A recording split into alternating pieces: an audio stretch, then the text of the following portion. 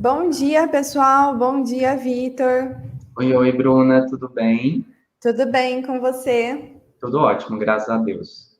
Já estamos aqui de novo, mais uma vez, com o Vitor de convidado pela segunda vez aqui no nosso podcast, porque ele veio aqui primeiramente para falar sobre consultoria de arquitetura. Acabou sendo um episódio muito legal e dentro desse episódio a gente falou um pouquinho sobre precificação. E aí a gente viu o interesse grande de vocês nesse tema, e aí a gente trouxe ele aqui hoje para ele falar então sobre precificação de projeto, como que ele precifica, que formas existem, quais são os erros mais cometidos durante esse processo de precificação que a gente sabe que é muito complexo. Então, Vitor, mais uma vez é um prazer, uma honra te receber aqui. Muito obrigada por ter aceito o nosso convite mais uma vez. Eu que agradeço pelo convite, também é uma honra estar aqui mais uma vez para falar um pouco, né, sobre os aspectos que permeiam a nossa profissão. Então, realmente um prazer estar aqui. Voltamos. Meu Deus do céu, Mercúrio retrógrado já começou abalando aqui. Gente, que loucura. Não conectava. Aí tentei rotear a internet do meu celular para cá, não roteava. Ele não queria, o computador Nessas não horas tudo dá achava. errado. Tudo. Aí tentei logar, falei, vou entrar pelo celular, né? Aí começou a pedir código de verificação, que nunca pediu. Falei, gente do céu, tá difícil. Mas, enfim, é bom que agora no YouTube tem uma ferramenta de corte. Então, depois eu corto essa partezinha e não interfere em nada em quem vai ver gravado e tudo mais. E se você estava aqui ao vivo com a gente, desculpa pela ocorrida. Essas coisas acontecem, infelizmente. Então, Vitor, para a gente já continuar e não perder muito tempo, queria pedir para que então você se apresentasse, contasse um pouquinho da tua trajetória profissional, dos cursos que você tem lá na Projetou, para a gente ir adentrando no assunto depois. Perfeito. Então, como todos já sabem, meu nome é Vitor, eu sou arquiteto, formado há 5 anos, também tenho pós-graduação em docência universitária e sou instrutor da Projetou, já tenho 3 cursos na plataforma, 2 relacionados à arquitetura comercial, que seria Introdução à Arquitetura Comercial, propriamente dito, e o outro, Arquitetura para Restaurantes, e também tem um terceiro curso, que foi o tema do nosso último podcast, né, que foi a consultoria de arquitetura. E, Vitor, como que você, assim, lá nesse vídeo de consultoria, a gente falou um pouquinho, né? A gente adentrou um pouquinho na parte de precificação. E eu queria que você explicasse para o pessoal quais são as formas, né, de precificar um projeto que existem. Às vezes, quem está começando a empreender, a trabalhar, saiu da faculdade agora, né? Quais são as formas que existem e como que a gente pode precificar um projeto? Então, Bruna, existem muitas formas de precificação. As 3 mais comuns são a primeira por metro quadrado, que é a que a gente tem mais difundida no mercado, principalmente porque a gente trabalha dentro de um mercado de construção e o metro quadrado é exatamente o fator que a engenharia utiliza para fazer toda a sua verificação de custos. A gente também tem como cobrar pelo projeto pela hora trabalhada, e a terceira é por um percentual ou da obra ou do valor do imóvel. Quando se trata de uma reforma ou de um imóvel novo, algumas pessoas utilizam aí um percentual para fechar esse valor de projeto. E Vitor, eu não tinha falado, né, na nossa conversa anterior para você falar um pouquinho sobre isso, mas eu acho que talvez possa ser interessante para a gente discutir um pouquinho de cada um. O que você observa, assim, tipo assim, um pró e um contra de cada tipo desses de precificar, para a gente falar um pouquinho sobre cada um e quem não conhece, conhecer um pouquinho mais. Perfeito. Um metro quadrado, o pró é essa conexão muito rápida, né, com a parte de execução, de engenharia dos projetos. Então, a gente consegue balizar esses valores de uma maneira mais fácil para a construção. E o fator contrário é porque muitas vezes esses projetos eles não retratam exatamente a realidade, porque eles não consideram a complexidade dos espaços. Até no último podcast, o que muita gente fala é assim, você não pode cobrar a mesma coisa que você cobra para fazer um galpão ou para fazer um banheiro. Claro que existe aí uma compensação, porque quanto menor os espaços, maior vai ser o valor do metro quadrado, essa é a maneira correta de se precificar dessa maneira. Entretanto, a gente não considera a complexidade. Então, o metro quadrado ele fica um pouco defasado dentro da parte projetual, do meu ponto de vista. Já a hora trabalhada, o grande fator é porque ele realmente consegue retratar a realidade e consegue se ajustar para os diferentes clientes e para os diferentes escritórios, porque você concorda comigo que um escritório que tem 10 profissionais trabalhando gastam muito mais, precisa de um valor ali mensal muito maior do que um autônomo que trabalha sozinho ou que trabalha com um estagiário. Então, através da hora trabalhada, a gente consegue fazer o balizamento de todos esses fatores e o cliente efetivamente paga pelo tempo que está sendo disponibilizado para o desenvolvimento do projeto dele. O fator contrário, e eu passei pessoalmente por essa dificuldade, que foi a adequação a essa metodologia, porque ela custa alguns trabalhos adicionais. Você precisa ter uma rigidez dentro do uma rigidez tanto com o escopo de trabalho, quanto também com o tempo que você vai disponibilizar para cada projeto. E isso precisa ser bastante ajustado para cada profissional, para você ali não passar um valor que possa ficar defasado durante o processo. E, basicamente, os fatores prós e contras da porcentagem, levando em consideração o valor da obra ou do imóvel, para mim é a mesma coisa do metro quadrado. Às vezes você não consegue considerar a complexidade daquele espaço, principalmente quando a gente fala de reforma.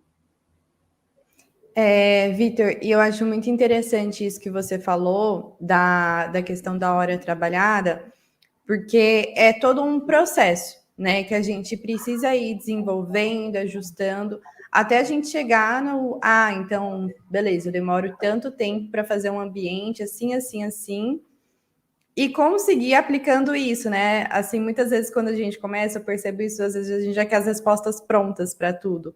E acho que é importante frisar que isso é um processo que levou tempo até você chegar, e mesmo chegando a todo momento, eu acho que você deve ficar ajustando a tua hora, né? O valor da tua hora.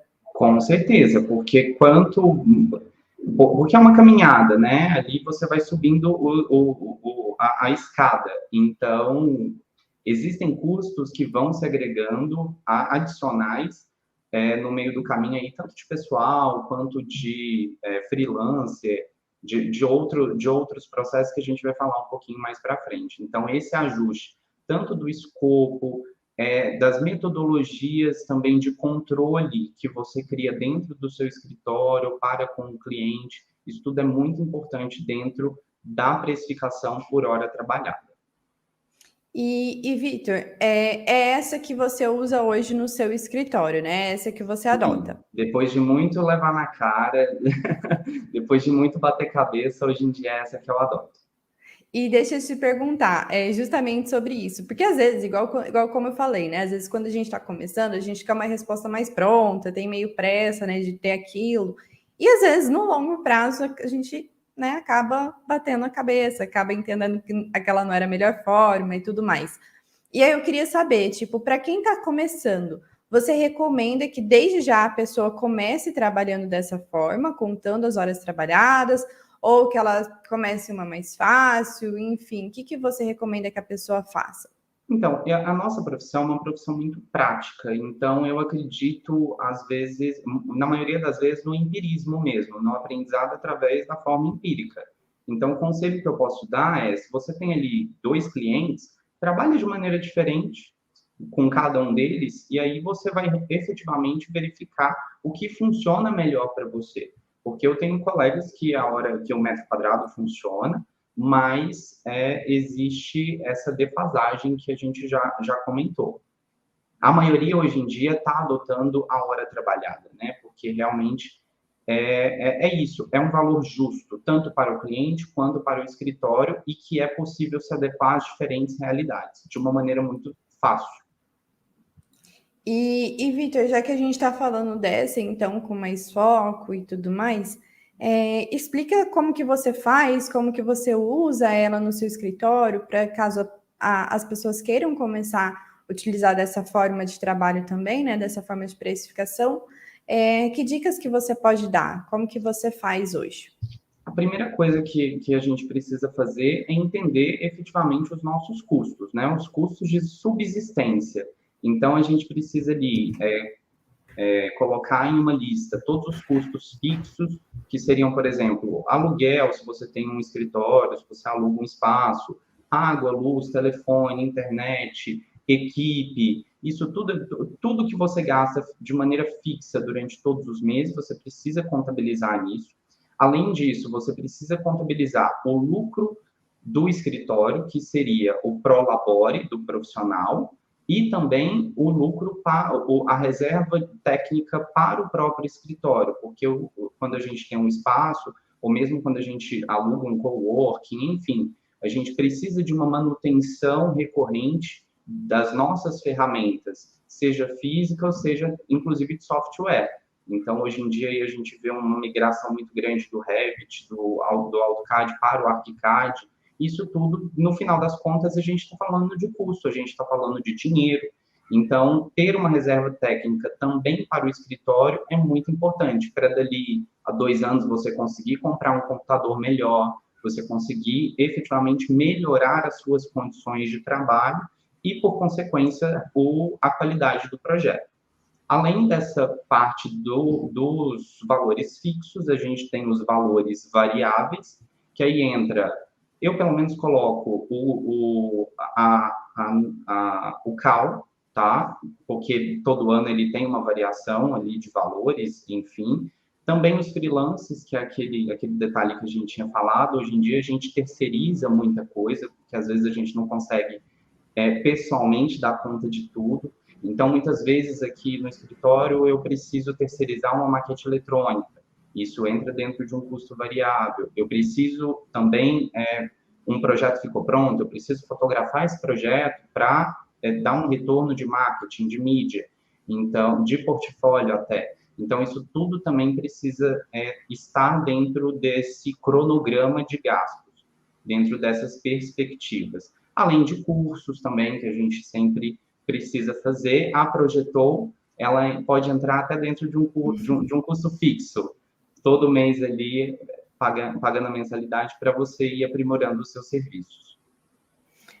Vitor, e eu acho que até antes da gente falar isso, eu estava pensando aqui enquanto você estava falando, eu acho que um ponto de primeiríssima importância, assim, que eu vejo muita gente, não só na arquitetura, cometendo esse erro, é a gente falar sobre a importância de separar, né? Você e seu escritório, né? Você é pessoa física e o seu escritório pessoa jurídica.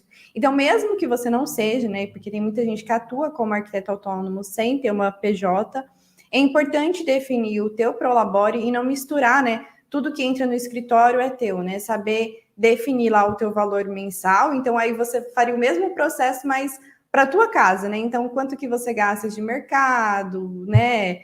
E etc, etc. E para definir, então tá, meu prolabore é X. Então, esse X é meu e o resto, né, do escritório. Acho que isso é muito, muito importante, né, Vitor? É de extrema necessidade, porque é dessa maneira que você consegue criar um embasamento para o seu crescimento, entendeu? Se todo mês ali o que sobrar é seu, ficou na conta, dinheiro na mão é vendaval, como já diria a música. É gasto com skincare. Exatamente. Então, assim, você efetivamente não consegue ver um progresso do seu nome, uma projeção maior. Então, quando você separa essas coisas, você consegue efetivamente criar um embasamento e um entendimento também, porque facilita até nas suas prospecções. Você tem um alvo a alcançar ali todo mês, tanto para o escritório quanto pessoalmente. Então, isso facilita bastante na procura dos clientes. E é importante, né, o que eu vejo muito aliado a isso também, não sei às vezes se você faz dessa forma, mas é importante a gente definir um prolabore fixo, né? Teve um mês, teve uma entrada a mais, ok, eu vou fazer uma retirada de lucro e tudo mais. Mas eu vejo muita gente também falando assim, então tá bom, o que ficar para mim é o que sobrar. E isso não faz muito sentido, né? A longo prazo não é sustentável. Sim, com certeza, porque a gente trabalha, principalmente quem é autônomo, trabalha com oscilações, né? Obviamente que a gente tem que manter um rendimento mínimo para a subsistência. Só que a gente, em decorrência dos meses, isso pode variar para mais, para muito mais, ou para menos, ou para muito menos. Então, é necessário que a gente tenha essa reserva e esse controle. E eu acho muito legal isso, não sei se você sente isso também, mas às vezes a gente, quando está empreendendo, a gente pode ficar meio aflito, tipo, meu Deus, mas esse mês eu só faturei tanto, né? Eu precisava ter faturado tanto. E na verdade, se você tem um prolabore definido, né, e todos os outros custos definidos, o quanto você faturou mensalmente pouco importa, né? Sim. Porque aquele valor, então naquele mês eu não consegui pagar aquelas contas. Mas por causa da reserva, do teu fluxo de caixa que você teve, então, né, as contas não vão ser pagas com o faturamento mensal, né? Por isso que é importante ter tudo isso definido, para que as pessoas, para que você consiga, né?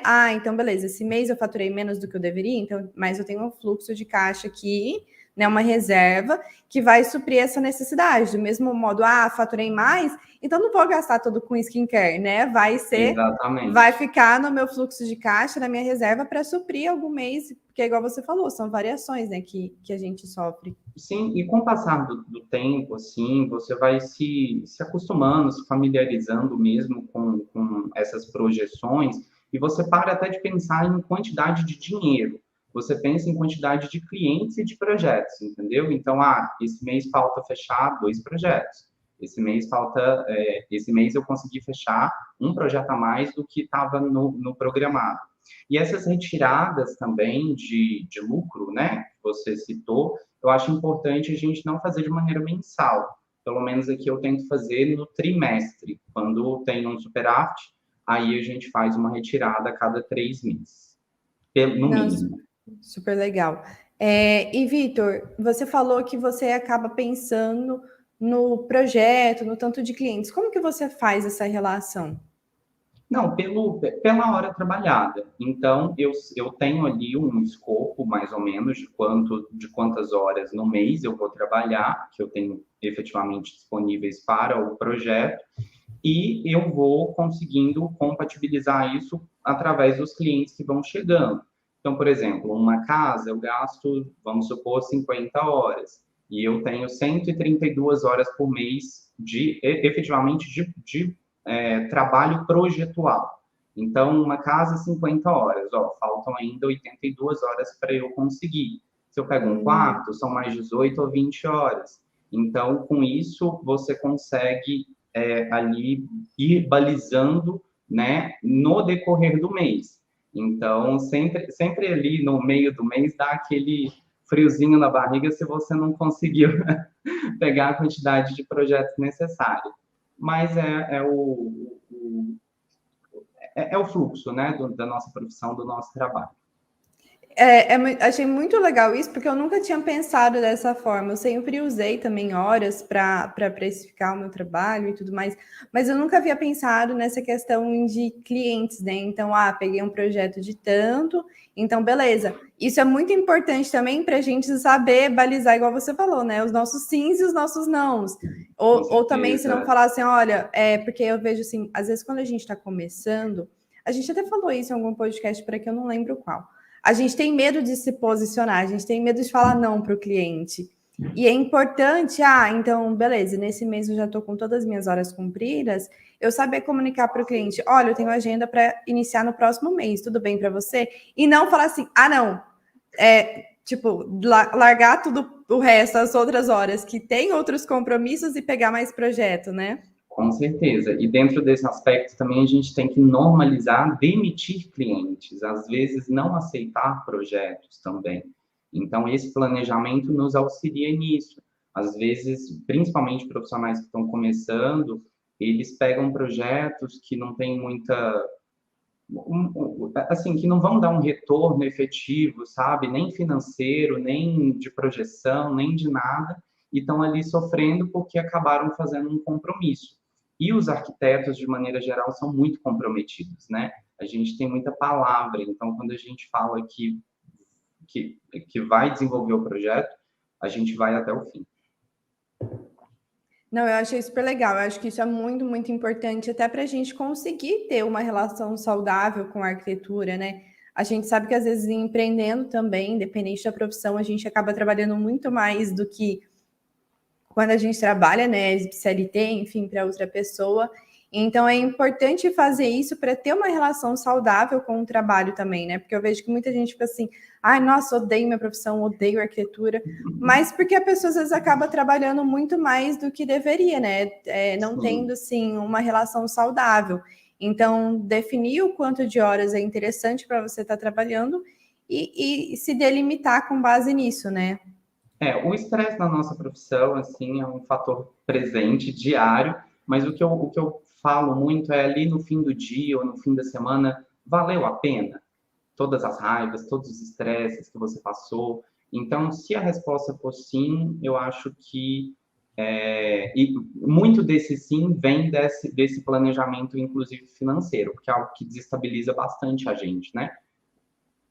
E dentro dessa questão das horas que você falou, é muito importante a gente citar que, primeiro a gente falou dos custos de subsistência, né, do escritório. Então, a gente chegou ali num fator de hora trabalhada. Mas quantas horas eu trabalho no mês? Se você for colocar aí uma continha de padeiro, a gente trabalha 8 horas por dia, vezes 22 dias úteis, dá mais de 172 horas. Só que eu, particularmente, não contabilizo 172 horas. Por quê? Eu preciso dar conta de outras coisas do meu escritório. Então, eu não fico ali às 8 horas efetivamente projetando. Tem dia que eu passo 5, 6 horas desenvolvendo o projeto e as outras 2 prospectando, cuidando de Instagram, cuidando de curso, capacitando mais. Então, eu não contabilizo o mês cheio, eu contabilizo efetivamente as horas projetuais. E o que isso me traz? Um valor a mais de hora para o cliente. Então, isso também traz uma segurança um pouquinho maior. Mas isso também é super importante. Eu também, quando eu vou falar de precificação, sempre falo sobre a importância da gente considerar só as horas que a gente está de fato trabalhando naquilo. Porque no momento que você está fazendo um curso, por exemplo, ou cuidando do seu marketing, ou, sei lá, até aprimorando os próprios Muitas processos vezes você dentro do está seu... gastando. Você não está, tipo, ganhando para aquilo. A Sim. tua hora naquele momento não é ganha. Então, você precisa recuperar essa, tipo... essa hora no teu, né? Você tem que ganhar na hora que você relativamente trabalha. Então, acho que isso que você falou é um ponto fundamental que muitas vezes a gente acaba confundindo no começo.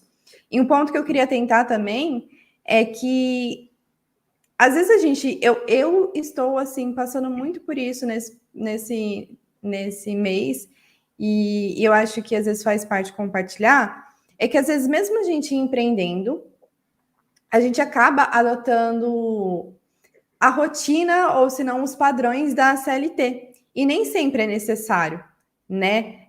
Quando você tem o seu próprio escritório, isso não quer dizer, então beleza, eu vou trabalhar uma vez na semana. Tudo bem, você pode trabalhar uma vez na semana, mas você vai receber relativamente a isso. Exatamente. Né? Mas acho que é importante, tipo, às vezes, então faz sentido para mim seguir esse padrão? Ou não? Tipo, gostaria de entrar um pouquinho mais tarde, sair um pouquinho mais cedo, ou de ter uma rotina mais flexível e às vezes não trabalhar numa sexta-feira, por exemplo.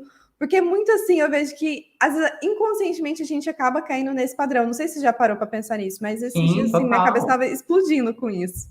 Total, não, mas é a maneira que a gente começa, né? Eu acho que todo mundo aí teve um primeiro emprego e já entrou dentro de uma caixinha, né? Só que isso é muito importante também. A nossa profissão, ela nos dá possibilidades de nos adequarmos. A gente não precisa ficar dentro da caixinha, nem na arquitetura e nem nas metodologias adotadas no escritório. eu mesmo, eu gosto bastante de trabalhar à noite. Então, às vezes, eu pego um pedacinho ali da manhã para ir para academia, ou para dormir mais um pouco, tomar um café da manhã com mais calma. E aí eu estendo um pouco à noite, porque é efetivamente a hora que eu funciono melhor, acho que as coisas estão mais calmas. Então, essas adequações, elas são muito importantes, assim como a gente está falando da precificação. Cada profissional é ímpar. A gente só precisa efetivamente também ter o entendimento do geral, que foi um ponto que eu me posicionei no último podcast, para a gente também não começar a depreciar toda uma categoria, né? Não adianta a gente cobrar muito pouco para pegar um projeto, a gente precisa ter ali também um limite. Nós precisamos ter limites. Vitor, travou um pouquinho aqui Você agora. voltou. Agora voltou. Você quer Você falar de novo? conseguiu Você ouvir? tava... Não, porque deu uma travada. Você quer falar de novo? Porque qualquer coisa eu corto essa partezinha também. Eu não sei se eu vou lembrar de tudo que eu falei. O que a gente estava falando? Desculpa. Você estava falando que às vezes você adequa, então, né, essa questão de às vezes estender um pouquinho mais à noite e Isso, começar mais, né, mais tarde. E aí você isso. falou que é importante a gente não se colocar em caixinhas, né, tanto quanto a precificação quanto a essa rotina. Aí eu escutei até aí. Isso, não, foi basicamente isso, e buscar mesmo essa experiência individual, né, do que funciona efetivamente para você. A nossa profissão, ela consegue, ela nos possibilita isso, mas não deixando de lado também o contexto do todo, né? A gente precisa pensar na categoria, que foi um ponto que eu me posicionei no último podcast, para a gente não depreciar os valores, os projetos e conseguir ir educando os clientes, porque a arquitetura ela ainda é vista de uma maneira um serviço que não é muito acessível a todas as pessoas, e a gente que trabalha com isso sabe que não é verdade. Sim, com certeza. E, Vitor, falando sobre a questão da precificação, então a gente falou sobre a importância, né, de definir as horas, como você usa as horas para então entender, então eu preciso de tantos clientes esse mês e tudo mais. E aí, depois disso, quais outros passos que é preciso fazer? Porque também precisa de eu não sei, tá, se eu tô certa, mas me fala aí como que você faz, porque aí, então a gente tem esse lado, né, de você ter ideia de quantas suas horas são gastas, e também tem um outro lado de mapear, controlar essas horas, entender os trabalhos, né, quanto que gasta. Como que você faz essa parte dentro do seu escritório hoje? Então, existem ferramentas hoje em dia, mas eu particularmente uso o Excel. Eu criei um modelo de tabela aqui hoje em dia e eu consigo ir verificando isso através do Excel. Vou ali controlando tanto as horas quanto os recebimentos. Então, para mim, é a maneira que eu encontrei mais fácil, né? Essa experiência particular. Mas tem gente que já contrata alguns serviços aí, tanto de cobrança quanto de gerenciamento de caixa. Hoje em dia a gente tem inúmeras ferramentas, mas o Excel para mim é que funciona melhor. E aí, como que você faz esse mapeamento? Então, por exemplo, então você começou um projeto, aí você coloca ele lá no seu Excel, e aí você, comecei um banheiro, sei lá, às 11h35. Aí finalizei ele tal hora. E dessa forma, como que você faz isso? Isso. Assim, eu não sou tão meticuloso nessa questão. Eu trabalho até por dias, porque, por exemplo, a gente sabe que eu sei que eu levo de 16 a 18 horas para fazer um quarto, entendeu? E ali eu tenho uma metodologia, por exemplo, 1 hora, 2 horas se eu precisar fazer o levantamento desse quarto, 1 hora modelagem, 2 horas estudos de layout, possibilidades, 1 hora buscando referências. Aí eu passo mais 6 horas fazendo a maquete, depois mais 6 horas fazendo o projeto. Isso me dá mais ou menos aí 2 dias de trabalho. Então eu sei que em 2 dias eu preciso terminar aquele quarto.